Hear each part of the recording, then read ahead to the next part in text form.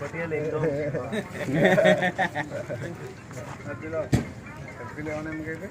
આવી લગા બાજુ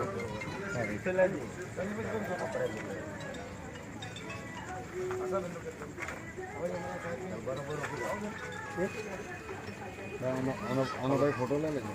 હા ભાઈ આનો ફોટો લાવજો. આનો ખાસ લાવજો ફોટો. લીધો પણ તમે લીધો એવાડે લીધો ને એટલે આપી દેવાને.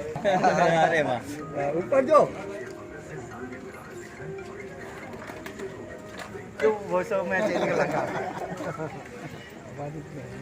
આવી જાઓ છો ને કોન્ટેક્ટ પસંદ આવશે.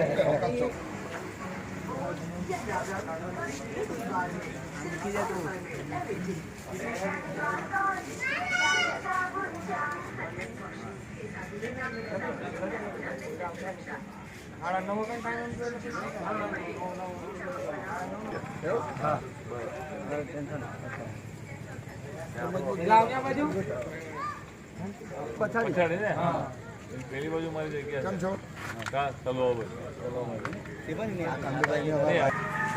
ઓકે જીતુભાઈ, હવે 6 દિવસ જ રહ્યા ઇલેક્શનના, કેવો રિસ્પોન્સ રહ્યો તમારો? વલસાડ લોકસભા મત વિસ્તારની અંદર, સમગ્ર વલસાડ જિલ્લાની અંદર કપરાડા વિધાનસભા, ધરમપુર વિધાનસભા, વાંસદા વિધાનસભા, ડાંગ વિધાનસભા, વલસાડ, પારડી અને ઉમરગામ સાથે 7 વિધાનસભાનો પ્રવાસ અમે કરી ચૂક્યા છે.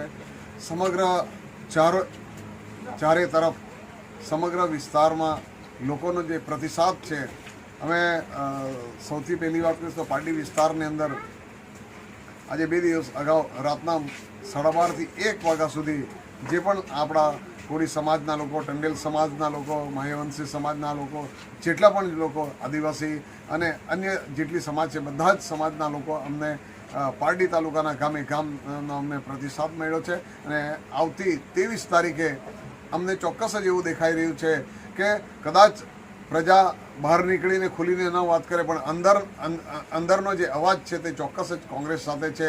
કારણ કે જેને જુમલેબાજ સરકાર, જે જુમલેબાજ ખાલી વાતો કરે છે, પોતે જ ભારતીય જનતા પાર્ટીના અધ્યક્ષ પોતે જ એમ કહે છે કે અમે જે ચૂંટણી સમયે ઢંઢેરો આપેલો એ તો ખાલી જુમલો હતો, વોટ લેવા માટેનો જુમલો હતો. એ વાત સાચી નથી. એટલે પ્રજા એમને ઓળખી ગઈ છે અને આ 2019ના ચૂંટણીમાં પ્રચંડ બહુમતી કોંગ્રેસને આપશે એ તો મને વિશ્વાસ. જીતુભાઈ, આજે મુખ્યમંત્રીની સભા હતી આજે, એમાં આપણા ભાજપના જે ઉમેદવાર છે તે આજે ઊંઘતા ઝડપાઈ ગયેલા, શું કહેવું છે તમારે એ બાબતે? વલસાડ જિલ્લાનો ભારતીય જનતા પાર્ટીનો ઉમેદવાર આ બીજી વખત એવું બન્યું છે કે ઊંઘી ગયા છે, પણ હવે દિલ્હીમાં જ ઊંઘ એટલી કાઢી આવેલા એટલે હવે ઊંઘી જ જાય. એમાં અમે શું કરવાના કે ભાજપની મજબૂરી છે કે જ્યાં બેસે ત્યાં ઊંઘી જાય. અને કદાચ આજુબાજુમાં બેઠા હોય એમને ખબર ના પડે કે આ કોણ બેઠો છે, એમને પૂછે કે તમે ક્યાંથી આવ્યા, એ પરિસ્થિતિ એમની છે. પણ એમને એવું લાગ્યું હશે કે આને મૂકવાથી ભાજપ જીતી શકે એવું. તો વલસાડ જિલ્લા અને વલસાડ લોકસભાની જે મતદાર અને જે પ્રજા છે એ ચોક્કસ જ જાણી ગઈ છે અને એને કાયમી ઊંઘતા મૂકી દેવાના છે એવું દેખાઈ રહ્યું છે. જીતુભાઈ, એની સ્થાનિક પબ્લિકના બી પોતાના મુદ્દા છે, પોતાની સમસ્યાઓ છે. તમે કઈ સમસ્યાઓના મુદ્દાઓ લઈને જનતાની વચ્ચેમાં ગયા? વલસાડ લોકસભાની અંદર ત્રણ પ્રકારનો વિસ્તાર છે. એક કોસ્ટલ વિસ્તાર, દરિયાઈ વિસ્તાર છે, એક ઇન્ડસ્ટ્રીયલ વિસ્તાર છે અને એક ગ્રીન ઝોન.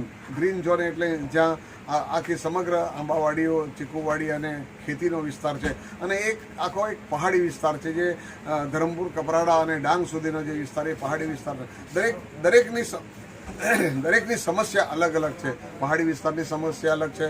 ગ્રીન ઝોન છે જ્યાં bullet train, express highway, high tension power, ગેલની લાઈન, રિલાયન્સની લાઈન જે ગ્રીન ઝોનમાંથી જાય એ લોકોની સમસ્યા આખી અલગ છે. ઇન્ડસ્ટ્રીયલ વિસ્તારમાં છે, ઇન્ડસ્ટ્રીયલ હોવી જોઈએ, પણ જે પોલ્યુશન અને પોલ્યુશન સાથે જે પાણીની જે સમસ્યા છે, આ કેટલા વર્ષોથી 1995-96ની અંદર પાણીના વાયદાઓ, પાણીના 11 ગામને પાણી આપવાના વાયદા કરી ગયેલા. એ 1995-96ની વાત આજે 23-24 વર્ષ પછી વાણા વાઈ ગયા. દરેકના બોરની અંદર પાણી, કલરવાળું પાણી આવે છે. એ પાણી પીને કેટલી બીમારીઓ વધી રહી છે અને કેટલા લોકો બીમાર પડી રહ્યા છે. ત્યારે એ વિસ્તારનો આ પ્રશ્ન છે.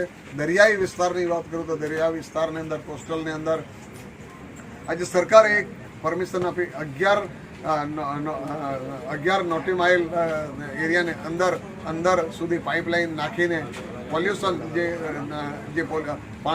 પાણી, ગંદુ પાણી એ 11 નોટી માઇલ સુધી અંદર પાણી નાખવાના. એનાથી મારા દરિયા ખેડૂ છે, દરિયા ખેડૂના જે ધંધા છે, જેમ ખેડૂત જમીન ઉપર ધંધો ખેતી કરીને જીવે છે, તેમ દરિયાના કિનારે રહેતા દરિયા ખેડૂત સમંદર ખેડીને ત્યાંથી એમની રોજી રોટી મેળવે છે. એમની પણ સમસ્યા. તેના સાથે દરિયો ધીમે ધીમે આગળ વધી રહ્યો છે. ધોવાણનો પ્રશ્ન છે.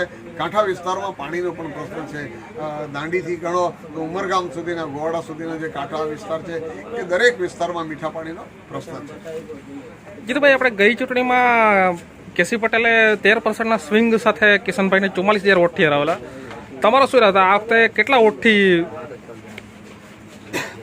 એ 44,000 વોટથી નહીં, પણ 2,08,000 વોટથી હરાવેલો. 2014ની અંદર 2,08,000. ત્યારે એક એવો માહોલ હતો કે મોદી વેવ, મોદી એટલે ગુજરાતનો વડાપ્રધાન બનવાનો છે. અને વાયદાઓ એટલા કરેલા કે 364 વાયદા. તમે ગણો તો ગણીને ભૂલી જાઓ એટલા વાયદા કરેલા. 15 લાખના વાયદા કરેલા. ગેસ સિલિન્ડર સસ્તા કરી દેવાના વાયદા કરેલા. પેટ્રોલ ડીઝલ અડધા ભાવે મળવાની વાત કરેલી. દરેક ગરીબોના ખાતામાં 15 લાખ રૂપિયા મળી જવાના. એટલે એની લાલચની અંદર સરકાર, ભારતીય જનતા પાર્ટીને લોકોએ વોટ આપેલા. પણ એ દિવસો 2019માં નથી. 2019માં એ લોકોને ઘરે બેસાડી દેવા માટે પ્રજા તૈયાર છે, કે પ્રજા રાહ જોઈ રહી છે 23 તારીખ ક્યારે આવ્યો અને આ હાથનો પંચો દબાવીને ક્યારે ઘરે બેસાડી દઉં એવી તૈયારીમાં બેઠી છે. ઓકે જીતુભાઈ, શું કહેવા માંગો છો તમે જનતાને અહીંયા? હું અહીં જનતાને દરેક ગામમાં નાની મોટી સમસ્યા હોય છે. પાણીની સમસ્યા હોય છે, રસ્તાની સમસ્યા હોય છે. આજે વાપી તાલુકો, વાપીના સરાઉન્ડિંગ વિસ્તાર છે, જે વિકસિત વિસ્તાર છે, એમાં નોટિફાઈ એરિયાના પૈસા પણ એમાં મળતા હોય અને નોટિફાઈ એરિયામાંથી ગ્રાન્ટ મળતી હોય. એ ગ્રાન્ટ નોટિફાઈ એરિયા જ્યાં જેમના લાગતા ઓળખતા સગા સંબંધી હોય ત્યાં જ એ પૈસા પણ ખર્ચ કરવામાં આવે છે. અને જે સત્તા પર હોય છે એના ઘર તરફ, એના મોહલ્લા તરફ કામો કરવામાં આવે છે. ત્યારે કોંગ્રેસની એક વિચારધારા કે સમગ્ર સમાન લોકોને સાથે રાખીને કોઈ પણ કામ કરવા માંગે છે. અને આપણા આવતા દિવસોમાં જ્યારે વલસાડ લોકસભા જીતીશું તો આ વિસ્તારની અંદર, બરીઠાની અંદર જે પણ નાના મોટા કામ હોય એમાં અમે સહભાગી બનીને, કોઈ પણ કામમાં સહભાગી બનીને એમના સાથે રહીને કામ કરીશું. અને આ વિસ્તારના જે પ્રશ્ન હોય એ પ્રશ્નની રજૂઆત, કારણ કે તમે જોયું હશે કે આપણા વલસાડ જિલ્લાના સંસદ સભ્યએ 5 વર્ષમાં એક પણ ક્વેશ્ચન, એક પણ સવાલ પૂછ્યો નથી. એટલા બધા વલસાડ જિલ્લાના પ્રશ્ન છે કે તમે દર પાર્લામેન્ટ મળે ત્યારે તમે જેટલા પણ સવાલ કરો એટલા ઓછા છે. ત્યારે એને એક પણ પ્રશ્ન પૂછ્યો નથી. એનો મતલબ એવો છે કે ત્યાં બી સૂઈ ગયા, ત્યાં પણ ઊંઘી જતા હશે એવું ચોક્કસ જ આપણે માની શકીએ. Okay, thank you.